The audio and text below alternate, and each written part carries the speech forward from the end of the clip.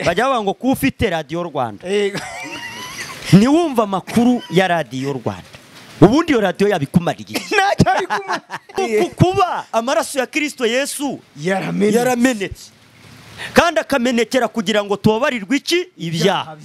None kuba uyu munsi ukaba ukibaraho ibyaha, Yesu yaba yarapfiriye, ubwo Yesu yaba yarapfiriye iki? Icyo kibazo kibaze nawe udukurikiye mu by'ukuri. Ngo yafashe inkongoro nyine arayishimira avuga ati aya ni amaraso y'isezerano rishya amenwe ku bwa benshi ngo kugira ngo mubabarirwe ibyaha.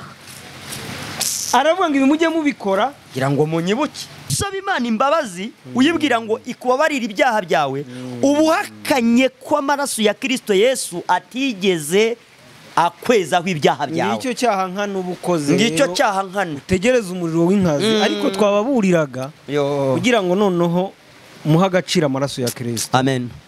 Namwe muyabo ndashaka kuvuga none igitambo kugira ngo kimena amaraso cyangwa se amaraso y'igitambo yemerwe nuko cyavuga kizira inenge. Noneho icyo gitambo cyasanga nta nenge gifite, umutambyi akagikerera akakica, amaraso akameneka mu cyimbo cy'amaraso ya wa munyabyaha wazanye igitambo. Nibyo. Ubwo igitambo kigapfa mu cyimbo cy'uwakizanye cyangwa se cy'umunyabyaha. Ubwo Imana ikababarira umuntu ibyaha, ariko kubera ko yabihoye igitambo. Igitambo nibyo muvandimwe. Ubwo igitambo cyapfaga mu mwanya w'uwa gitambo. Yego. Umuntu akabarirwa ibyaha mu gihe cy'umwaka. Yego. Hepfo nuko batubwiye ngo nimba noneho ibyo bitambo by'ihene by'amapfizi byarabashaga kumaraho abantu ibyaha, ayo maraso y'ibyo bitambo. Abantu rero bavuga ko Yesu yapfira ibyaha byabo, cyangwa se bakavuga ko Yesu ngo yasize ibyaha byabo, ndetse ko ari igitambo cy'ibyaha byabo. Yego. Ariko ugasanga baracyari abanyabyaha. Yego. Nibo turi kubwira umumaro w'amaraso. Yego. Amaraso ubundi nyine amenekera kugira ngo akureho ibyaha by'uwazanye igitambo. Nibyo. Kubera ko n'ubundi ubuzima bubonekera mu maraso nyine. Nibyo. Noneho Yesu nangagaragaye, noneho nawe yinjiye ahera. Yego. Yinjiye ahera ariko atajyanye amaraso y'ihene cyangwa y'intama, ahubwo ngo yarajyanye amaraso ye. Yinjiye ahera. Ubwo nuwo ngo ntabwo yinjiye ahera ari we uhiyinjiriye, ahubwo yarahinjijwe n'amaraso ye, ariko ari twe yinjijeyo. Yego. Ko nyine ngo ntiyigeze yinjizwa ahera n'amaraso y'intama cyangwa y'ihene, ahubwo ngo yahinjijwe atwaye amaraso ye. Kandi ntabwo we yari yinjiye ahera ari we wijyanye. Uzi gutwara amaraso ye icyo bisobanuye mu gihe? Yego. Gutwara amaraso ye bisobanuye ko Yesu Kristo ni Imana. Ni Imana. Nibyo. Nitangirira akaba n'iherezo, Alpha na Omega. Ubwo n'igitambo cyari kibonetse ntago ari cya gitambo noneho cy'intama. Yego. Y'umwaka umwe. Yego. Cyanahongereraga ibyaha mu gihe cy'umwaka umwe. Hari habonetse noneho igitambo kiri special. Yego.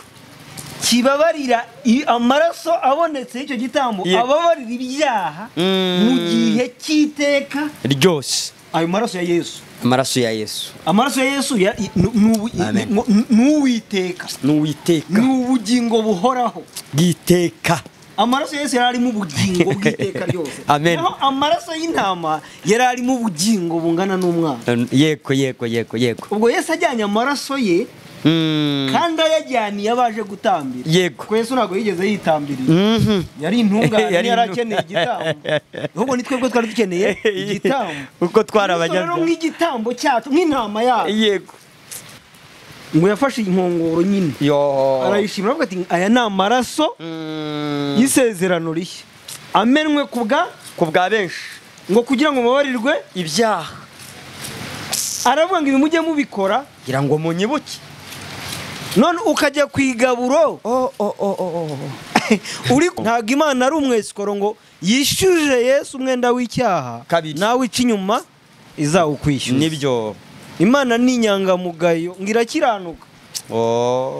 Imana ngirakiranuka ngo kugira ngo igire umuntu umukiranutsi wese wizeye amaraso niho hantu ngitajya burya ngo ari ahantu itajya ibeshye mu ndahiro ni mu ndahiro no mu isezerano.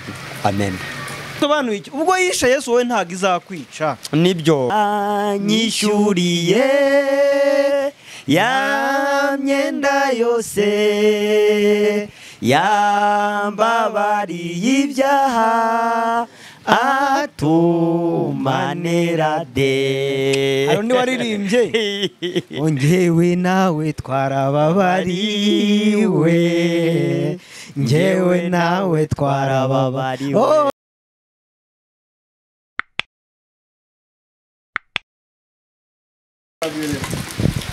Turabasuhuje mwese badukurikiye ku biganiro binyura kuri Ijuru&Ntirikorerwa TV. Musanzwe mutwumva, musanzwe mudukurikira, ariko nanone turagarutse kugira ngo dukomeze tuganire tubasangiza ku cyo Kristo Yesu yadukoreye, tubasangiza ku buryo twahindutse intungane bitanyuze mu mirimo yacu, bitanyuze mu ngeso, bitanyuze mu masengesho, ahubwo binyuze mu gikorwa cyakorewe ku musaraba i Gologota cy'amaraso ya Kristo Yesu yamenetse. Kandi mu maraso ya Kristo Yesu yamenetse ku musaraba i Gologota akaba ariho njyewe nababaririwe ibyaha byanjye byose. Amen, amen. Njyewe rero musanzwe munyumva, nasi ubwa mbere amazina yanjye y'umubiri nitwa Musabyimana Joseph umugisha. Ayo ni amazina niswe n'ababyeyi b'umubiri, ariko kandi nkagira n'irindi zina nkomora ku Mana, ndi umutagatifu cyangwa umukiranutsi cyangwa umuzirane cyangwa umuziranenge, byose ni bimwe, byose bivuga kimwe. Naratagatifujijwe rero, naratagatifujijwe, namenye neza ko nahindutse umunyabyaha binyuze kuri Adamu wakoze icyaha, abamukomokaho twese tugahinduka abanyabyaha. Ariko nanone nza no kumenya ko nanone icyo gukiranuka cyakozwe n'umuntu umwe ariwe Kristo Yesu, cyahesheje abantu bose gutsindishirizwa bagahabwa ubugingo buhoraho. Iyo nkuru nziza narayizeye, nyizeye nanjye bimbarwaho, uko ari nako ijambo ry'Imana rivuga mu Baroma 10 umurongo w'10 ko umutima w'umuntu ari wo yizeza akabarwaho gukiranuka. Hano rero turi kumwe n'umuvandimwe, nawe si ubwa mbere mugiye kumubona, si ubwa mbere mumubonye, musanzwe mubona n'ubundi mu biganiro, ariko n'ubundi Imana yamuduhaye kugira ngo yongere adusangize ku munezero, yongere adusangize ukuntu nawe yabaye muri Kristo Yesu. Karibu muvandimwe, turakwakiriye, wibwira abagukurikiye. Yesu ashimwe. Amen. Nanjye nshimiye Imana. Amen. Iyo imbashishije kugaruka hano. Yego. N'ubundi ndasanzwe, ariko wenda hari abatanzi. Ariko nsanzwe nyine nza hano nanjye tukaganira ijambo ry'Imana. Ariko urakoze no kunyakira mu kiganiro mwene data. Yego muvandimwe. Imana rero ushimwe, nanjye Imana yiyunze nanjye. Yego. Kubw'amaraso ya Yesu. Amen, amen. Nanjye ndi umukiranutsi, ndi umuziranenge mu maso y'Imana, kubera ko nanjye ayo maraso wavuze. Yego. Nanjye yanyejeje ibyaha byanjye byose. Amen, amen. Ubwo rero Imana, amaraso ya Kristo amaze kunyeza ibyaha byanjye byose, nahise mpindurirwa izina nyine nitwa umutagatifu cyangwa se umukiranutsi, kubera ko umuntu udafitanye ikibazo n'Imana aba ari umwere imbere y'Imana. Amen, amen. Ariko amazina asanzwe y'ababyeyi nitwa Kagimburerike. Yego. Ubwo rero tugiye kuganira ijambo ry'Imana. Amen, amen, amen, amen. Murakoze. Urakoze muvandimwe. Uratuganiriza ijambo ry'Imana, ndetse turanarisoma nyine. Yego, ndabaganiriza ijambo ry'Imana, ariko nabatukurikiye n'ubundi tuganiriza ijambo ry'Imana, kubera ko abantu benshi bakeneye ijambo ry'Imana. Nibyo. Abantu bagannye amadini bagira ngo babonye ijambo ry'Imana. Yego muvandimwe. Abantu bahuye n'abatubuzi bagira ngo bumvishije ijambo ry'Imana. Yego. Ariko ijambo ry'Imana ryo tugiye kuganira ni ijambo ry'Imana rikiza.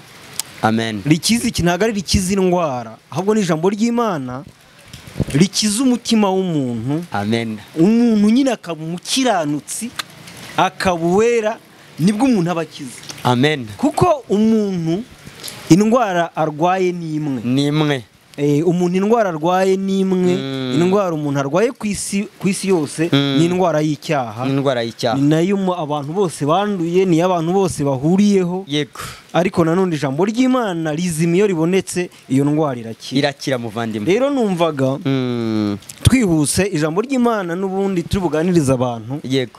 Numvaga turi buganiriza ijambo ry'Imana nk'umutwe w'amagambo cyangwa se titire, tukababwira umumaro w'amaraso.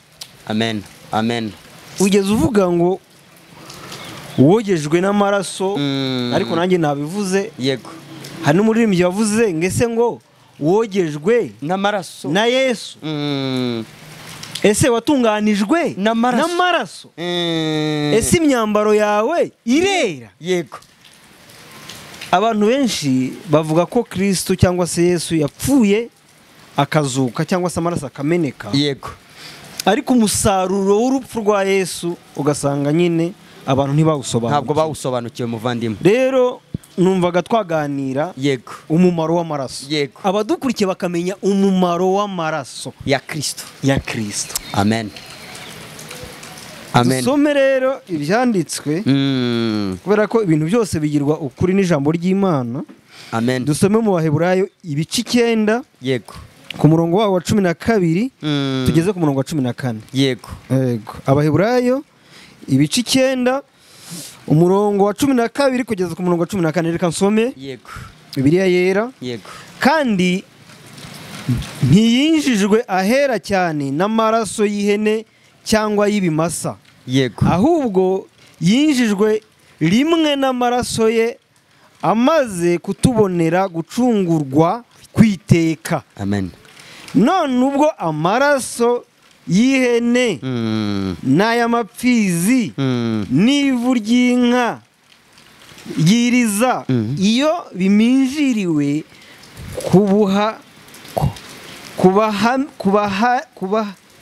kubahumanye ko ryeza imibiri ugahumanuka, nkanswe amaraso ya Kristo witambiye Imana atagira inenge kubw'umwuka w'iteka, ntazarushaho guhumanura imitima yanyu akayezaho imirimo ipfuye kugira ngo mubone uko mukorera Imana ihoraho. Amen. Namaraso.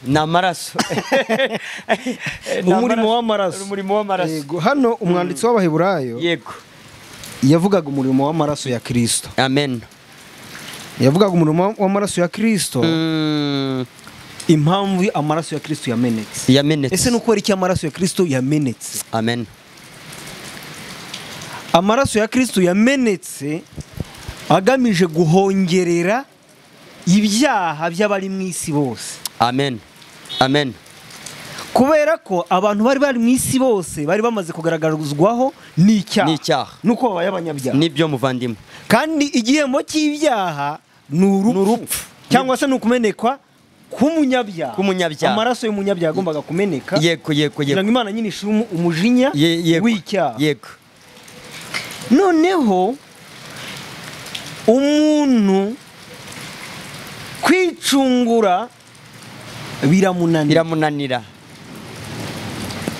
Niyo haza kumeneka amaraso y'umuntu ntacyo byari kuba bimaze, kubera ko yari kumeneka n'umuntu umuntu akaba arapfuye. Yego. N'umuntu akajya mu muriro utazima, kubera ko umuntu yari amaze kuba umunyabyaha by'iteka ryose.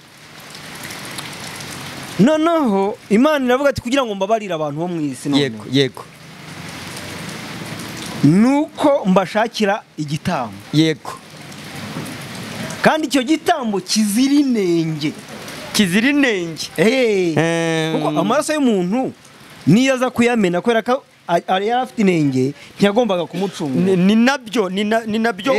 nibyo uko urakomeza kugenda wishurirwa nkumvamo ikintu, kuko urumva hano baranavuze ngo amaraso y'ihene n'ay'inka ko yabashaga kuminjirwa, ariko nanone cyagombaga kuba ari igitambo kitagira inenge, n'amaraso y'igitambo atagira inenge, kitagira inenge, kitagira ibara, kidacitse inzara, kidapfuye ijisho, kidafite amabara, ku buryo cyagombaga kuba cyacekinzwe pe. No mu bitambo bya mbere niyo mpamvu uwabaga ajyanye igitambo yagombaga kugishyira abatambyi bakagisuzuma. Nibyo icya mbere bakabanza bakareba ko kimaze umwaka kivutse. Nibyo ikirengeje umwaka ntibacyemeraga, cyari cyemewe, cyabaga cyagize inenge. Nibyo kubera ko n'imbabazi zatangaga zabaga ari iz'umwaka. Ikindi barebaga ko nimba kidacumbagira, mbese kidafite inenge n'imwe, yego, bakagisuzuma. Abatambyi bamara kugisuzuma kikemerwa cyangwa se kikangwa. Hemerwaga igitambo kimeze gute? Kidafite inenge. None icyo gitambo cyamara kwemerwa, umunyabyaha akakivugiraho ibyaha bye cyangwa akacyaturiraho ibyaha bye. Yego, uko yaturaga ibyaha bye byajyaga mu gitambo. Yego, ubwo ni umutambyi werejwe gukora ngo umurimo uw'ubutambyi. Ndashaka kuvuga none igitambo kugira ngo kimene amaraso cyangwa se amaraso y'igitambo yemerwe, nuko cyabaga kizira inenge. None icyo gitambo cyasanga nta nenge gifite, umutambyi akagikerera akakica, amaraso akameneka mu cyimbo cy'amaraso ya wa munyabyaha wazanye igitambo. Nibyo, ubwo igitambo kigapfa mu cyimbo cy'uwakizanye cyangwa se cy'umunyabyaha. Ubwo Imana ikababarira umuntu ibyaha, ariko kubera ko yabihoye igitambo. Nibyo muvandimwe. Ubwo igitambo cyapfaga mu mwanya w'uwagitambo. Yego, umuntu akabarurirwa ibyaha mu gihe cy'umwaka. Yego, hepfo niko batubwiye ngo nimba noneho ibyo bitambo by'ihene by'amapfizi byarabashaga kumaraho abantu ibyaha, ayo maraso y'ibyo bitambo yabakuragaho ibyaha, ariko mu gihe cy'umwaka umwe ntabwo yabakuragaho ibyaha mu gihe cy'iteka ryose. Ariko noneho haboneka Yesu nk'igitambo nawe kizira inenge. Ariko noneho cyo kitamaze umwaka cyangwa se cy'iteka ryose. Yego, ndabyumva. Noneho nandivuga wa munyabyaha rero wavutse ari umunyabyaha. Ubwo Imana ibimushakiye igitambo cy'iteka ryose kitari ya mapfizi cyangwa se za hene. Noneho uburyo umuntu niyemera ko ibyaha bye bibarwa ku icyo gitambo, noneho kikamena amaraso, azabarure by'iteka ryose. Amen. Abantu rero bavuga ko Yesu yapfira ibyaha byabo, cyangwa se bakavuga ko Yesu ngo yasize ibyaha byabo, ndetse ko ari igitambo cy'ibyaha byabo. Yego, ariko ugasanga baracyari abanyabyaha. Yego, nibo turi kubwira umumaro w'amaraso. Yego, amaraso ubundi nyine amenekera kugira ngo akureho ibyaha by'uwazanye igitambo. Nibyo, kubera ko n'ubundi ubuzima bubonekera mu maraso nyine. Nibyo, kuko ubugingo buba mu maraso. Ubwo noneho iyo amaraso amenetse, burya n'ubugingo bw'umuntu buba bugiye. Nibyo, butakaye. Nibyo. Noneho rero hano batubwiye, yego, ngo ntiyinjiye ahera cyane n'amaraso y'ihene cyangwa ay'intama cyangwa ay'amapfizi. Yego, kuko ay'amapfizi yo abatambyi bajyagayo rimwe mu mwaka, ariko bakongera bagasubirayo uko umwaka utashye. Yego, ariko ibyo bitambo nabyo by'abatambyi batambaga ntibyabashaga gukuraho ibyaha by'ababitambirwa mu gihe cy'iteka ryose. Yego, noneho Yesu noneho agaragaye, noneho nawe yinjiye ahera. Yego, yinjiye ahera, ariko atajyanye amaraso y'ihene cyangwa y'intama, ahubwo ngo yarajyanye amaraso ye. Yinjiye ahera ubwo nuwo ngo ntabwo yinjiye ahera ari we uhiyinjiriye ahubwo yarahinjijwe n'amaraso ye ariko ari twe yinjijeyo yego yari yinjijeyo atwebwe wowe uduteze amatwi ukomeje gukurikirana ijambo ry'Imana kuko nyine ngo ntiyigeze yinjizwa ahera n'amaraso y'intama cyangwa y'ihene ahubwo ngo yahinjijwe atwaye amaraso ye kandi ntabwo we yari yinjiye ahera ari we wijyanye. Uzi gutwara amaraso ye icyo bisobanuye mu gihe yego gutwara amaraso ye bisobanuye ko Yesu Kristo ni Imana nibyo nitangirira akaba n'iherezo Alpha na Omega n'uwitangirira kugeza iteka ryose. ubwo n'igitambo cyari kibonetse ntago ari cya gitambo noneho cy'intama yego y'umwaka umwe yego cyanahongereraga ibyaha mu gihe cy'umwaka umwe hari habonetse noneho igitambo kiri special yego kibabarira amaraso abonetse icyo gitambo ababarira ibyaha mu gihe cy'iteka ryose. ayo maraso ya Yesu amaraso ya Yesu n'uwiteka n'ubugingo buhoraho bw'iteka. amaraso ya Yesu yari arimo ubugingo bw'iteka ryose. Naho amaraso y'intama yari arimo ubugingo bungana n'umwana. Yego ubwo Yesu ajyanye amaraso ye kandi ayajyaniye abaje gutambira. Yego ko Yesu ntabwo yigeze yitambiriye yari intungane yari akeneye igitambo ahubwo ni twebwe twari dukeneye igitambo uko twarabajyaga rero nk'igitambo cyacu nk'intama yacu. Yego amena turayijyana tuzanye igitambo. Amena Imana iracyemera kuko Yesu yari umukiranutsi 100%. Imana imaze kucyemera avuga ati iki gitambo nta nenge gifite. Yego kigomba gushyirwaho ibyaha. Yesu nawe arabyemera ati nanjye munyice mumpora. Yesu baramukaze yitwa ntama. Na Yohana yarabivuze amubonye amusanze kuri Yorodani yaravuze ngo nguyu umwana w'intama w'Imana ukuraho ibyaha by'abari mu isi. Amen. Mbese avuga ngo nguyu ntama w'Imana kuri Yorodani ni nko kuvuga ati za ntama zari zaranze gukuraho ibyaha zahoraga zicwa buri mwaka kuko ngo abantu ngo bibutswaga ibyaha byabo uko umwaka utashye bakabyibutswa n'ibitambo. ariko noneho ngaboneka intama iri speciale ikuraho ibyaha by'abari mu isi yose ariko iteka ryose ngo bahoraga banatamba kenshi ngo ibitambo bidahinduka ngo bitabasha ngo iteka gukiza umutima w'ubitambye ngo bakibutswa ibyaha byabo. Noneho turi ku umumaro w'amaraso. Amen. Umumaro w'amaraso nuko Imana yaravuze ko idashobora kubabarira umuntu itamwishe. Amen. cyangwa itamenya amaraso. Amen. Mbese aho icyaha kiri n'urupfu ruba ruraho. Nibyo ntambabarira. Ku Mana ntambabarira. Oya ntayo. Ku Mana ni ibintu bibiri. Yego n'icyaha kirahari. Yego ndakwica niba udashaka gupfa zana igitambo. Yego ntabyambabarira. Imana kugira igitambo gipfe mu mwanya wawe. Nibyo kuko ibihembo by'ibyaha ni kabisere babigeraga.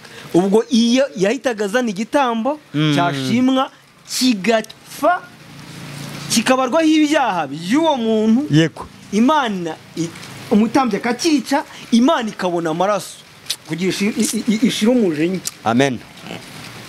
Amaraso yabona ikaba yibagiweho umujinya ukaba ugiye mu gihe cy'umwaka umwe ariko umwaka washira Imana ikongera umujinya ukahaguruka ati babandi ibyaha byabo birongeye bigaragara. Imana yabonye ko ibyo bintu abantu batabivamo ibashakira intama y'iteka ryose. Amen. Yohana niho yavugiye ngo dore intama w'Imana ukuraho ibyaha by'abari mu isi. Ubundi izindi ntama zabaga zarorowe n'abantu zabaga ari abantu bazoroye. Nibyo niyo mpamvu nta bugingo bw'iteka bwabaga mu ntama. Nibyo muvandimwe kandi umuntu yari akeneye ubugingo bw'iteka. Nibyo none abantu batambaga ibira bitambo by'ibimasa n'intama babonaga ubugingo bw'umwaka umwe kandi kugira ngo umuntu abane n'Imana by'iteka yari akeneye ubugingo bw'iteka. niyo mpamvu yari akwiriye n'igitambo cy'iteka. Ni Kristo rero wabonetse amena amaraso arimo ubugingo bw'iteka kugira ngo tubabarirwe ibyaha by'iteka ryose. Umumaro w'amaraso ya Yesu ni uwo nguwo. Amen, amen.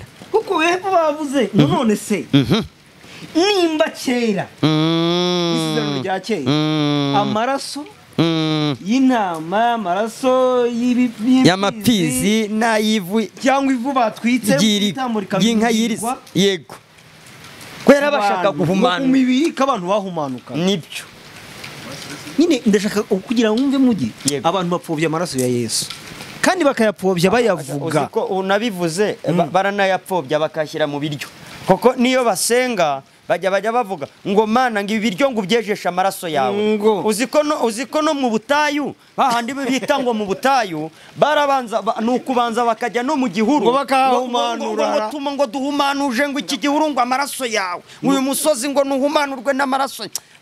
Abantu amaraso Yesu ngo yeze ibiryo ngo bitunganye ibijumba n'ibitokisha. Ibijumba se byaracumuye? Ibijumba ari icyaha bifite. Ubutayu se bwakoze icyaha?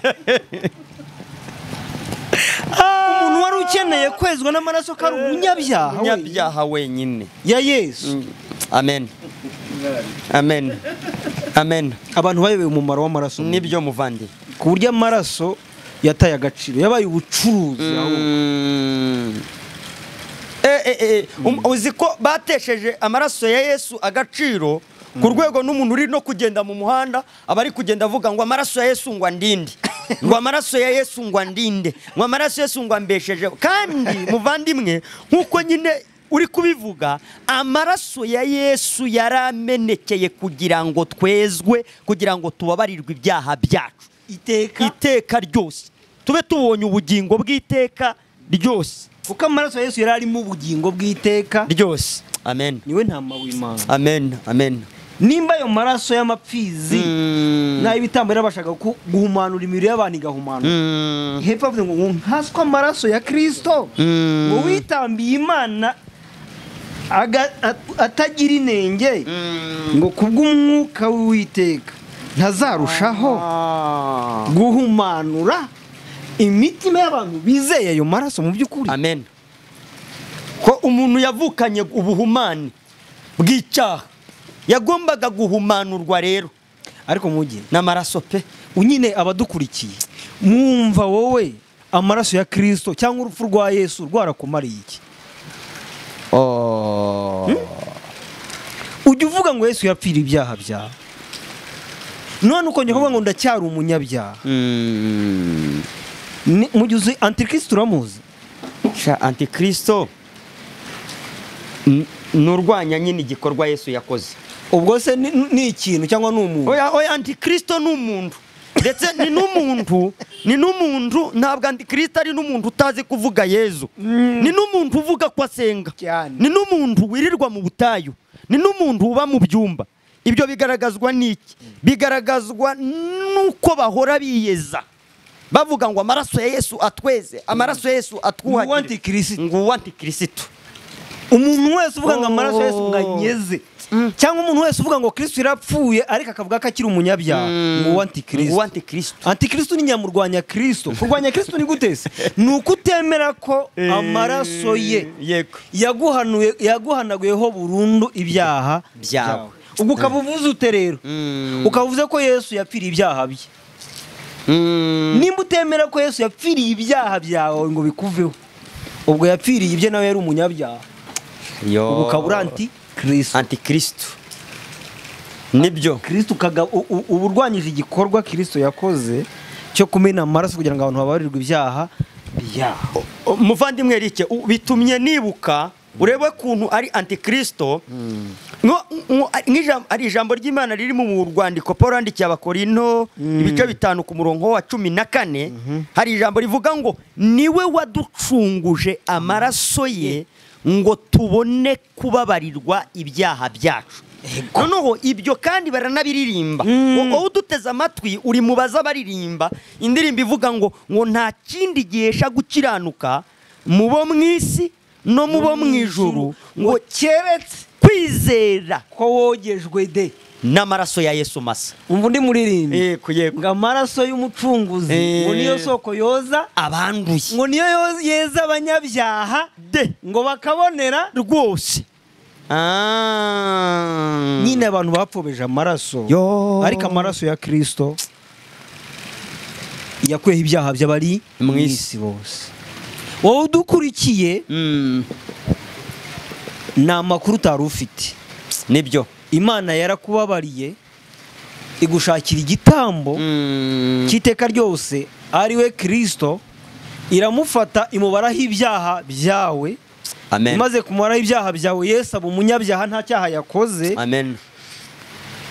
Imana iramwica. Amen. Imaze kumwica we guhanaguraho ibyaha kubera ko yabishyize kuri Yesu. Amen. Ifata kwa gutungana kwa Kristo ikukubaraho. Nibyo, kubera ko yafashe n'ibyaha byawe ibara kuri Kristo Yesu, ngo binakurwaho. Kuko hari mu Baheburayo igice cyaho cya mbere ku murongo wa 3 hari amagambo avuga ngo uwo kuko ari ukurabagirana k'ubwiza bwayo, ngo n'ishusho ya kamere yayo, ngo kandi akaba ari uramiza byose ijambo ry'imbaraga ze, ngo amaze kweza no gukuraho ibyaha byacu, ngo yicara iburyo bwikomeye cyane yo mwijuru. Ese burya yarangije gukuraho ibyaha byacu? Yarangije gukuraho ibyaha byacu. Wowe udukurikiye akazi kararangiye. Kandi ni nabyo burya yaravuze ari ku musaraba, avuze ngo byose birarangiye. Yaramaze kugukuraho ibyaha byawe byose, amaze no kubikwezaho, abikwejeshejeho amaraso ye y'iteka ry'iteka ryose.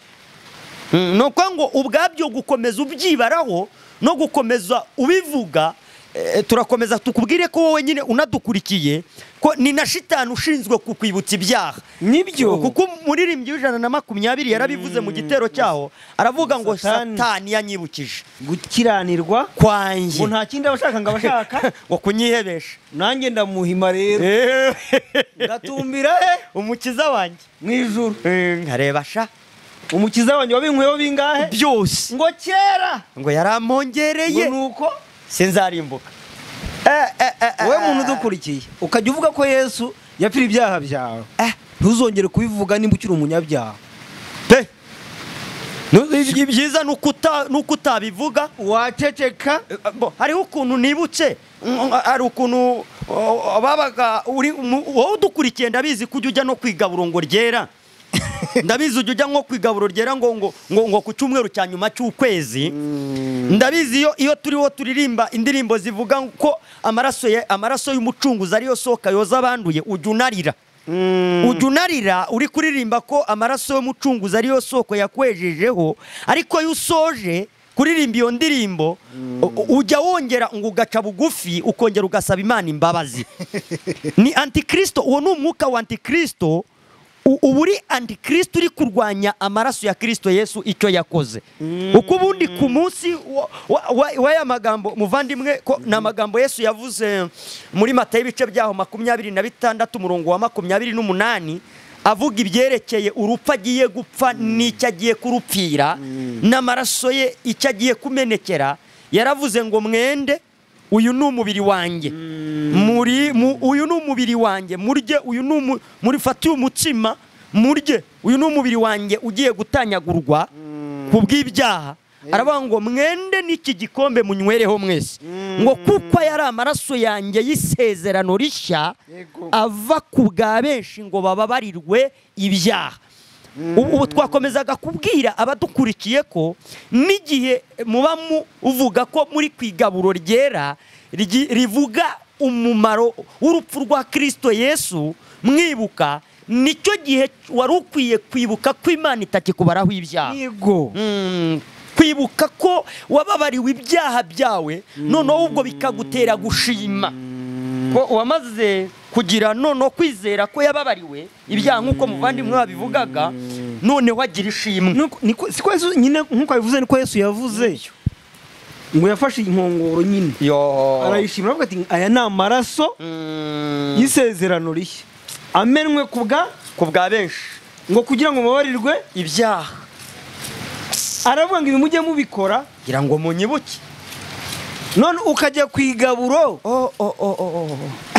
uri kurira uvuga ko uri umunyabyaha kandi uvuga ko amaraso yamenetse kandi yaramenetse avuga ngo kugira ngo ibyaha by'abantu ku isi hose bikurweho. Unananyibukije ikindi kintu, hari ukuntu bavuga ngo nitudasaba ngo Imana imbabazi ngo tuzaba ngo turi gusubiza Yesu ku musaraba. Ahubwo ibyo bintu byo kurira urira uvuga ngo Imana ikubabarira ibyaha, ahubwo ni nabyo byitwa gusubiza Yesu ku musaraba, kuko ni ukuvuga ngo ubupfobeje ni nacyo cyaha nkana, ni nacyo cyaha kitababarirwa, nicyo cyaha kitwa gutuka umwuka wera. Kuko mu Baheburayo harabivuga ngo niba dukora ibyaha nkana tumaze kumenya ukuri, ngo ntihaba hasigaye igitambo cy'ibyaha ngo keretse gutegerezanya ubwoba umuriro w'inkazi ngo uzarya abanzi b'Imana. Ngo iyo usaba Imana imbabazi uyibwira ngo ikubabarire ibyaha byawe, ubuhakanye ko amaraso ya Kristo Yesu atigeze akwezaho ibyaha byawe. Ngicyo cyaha nkana ubukoze, ngicyo cyaha nkana utegereza umuriro w'inkazi. Ariko twababuriraga kugira ngo noneho muha agaciro amaraso ya Kristo. Amen.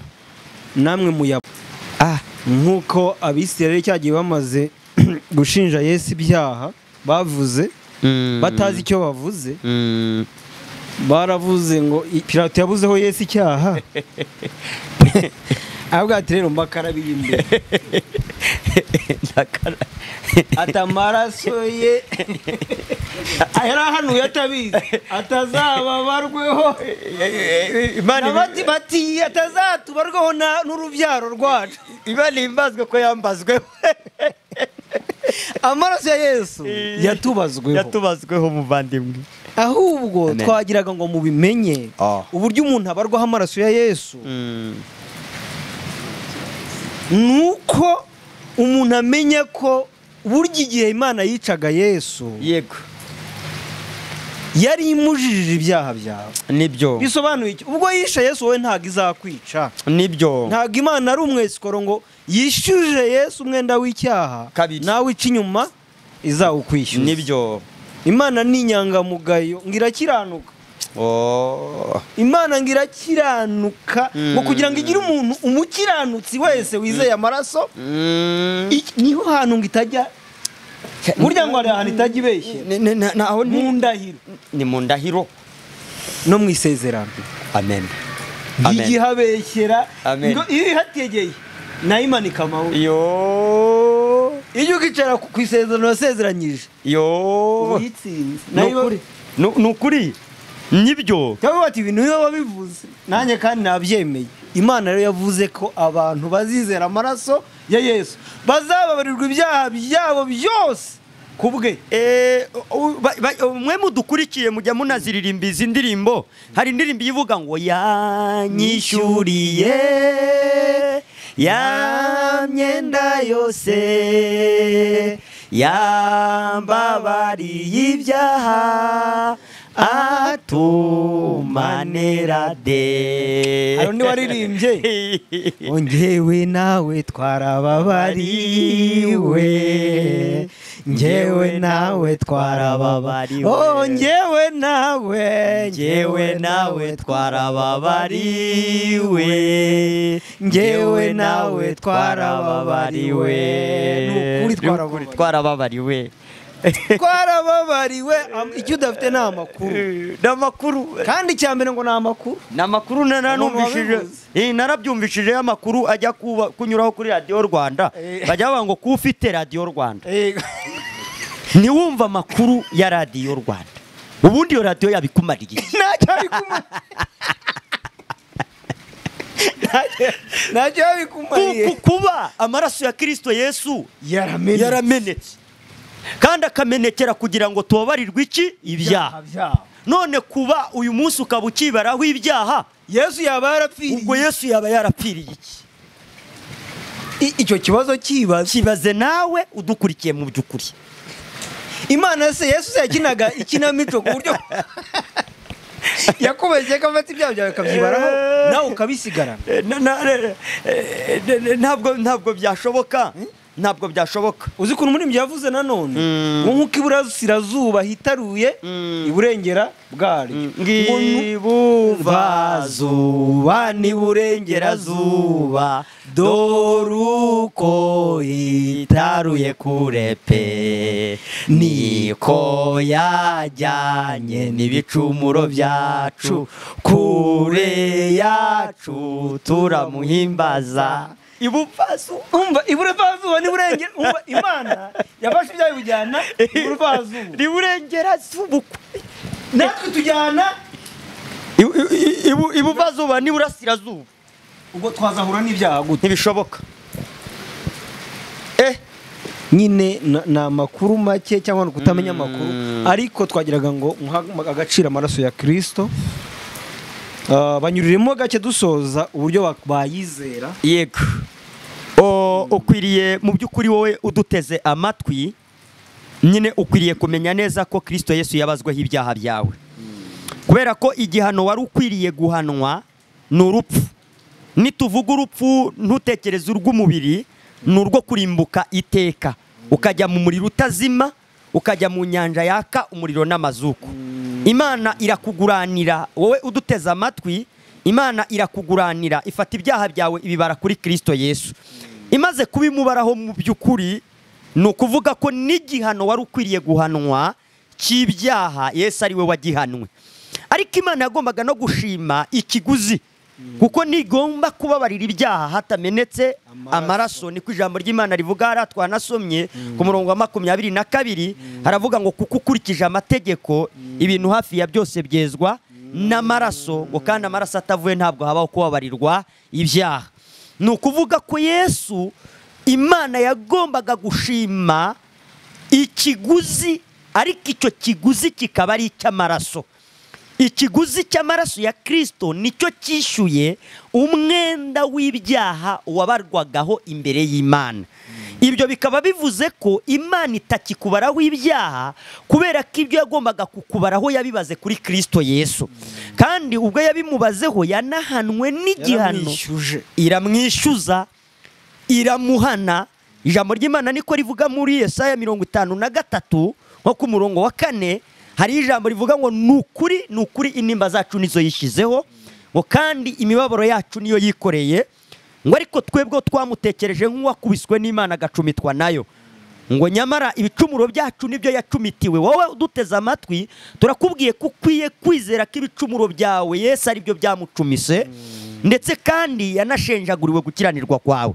Ubwo yahanwaga ahabwa igihano cy'umubabaro tutanashobora kuvuga, niyo imyaka twaba dusigaje ku isi yose twaba ari byo turi kuvuga by'umubabaro, urenze uko tuwuvuga, urenze nuko tuwutekereza. Umubabaro Yesu yazize w'ibyaha byawe mu by'ukuri, ndetse ijambo ry'Imana rivuga ko Imana yamushenjaguye ngo iranamubabaza. Wowe rero ukwiye kwizera uko Yesu. Abantu benshi bavuga ko bamwizera, iyo ubajije abanyamadini benshi bavuga ngo natwe twizera Yesu, ngo natwe twizera Yesu. Ibyo Yesu ntiyizerwa mu buryo bw'amagambo.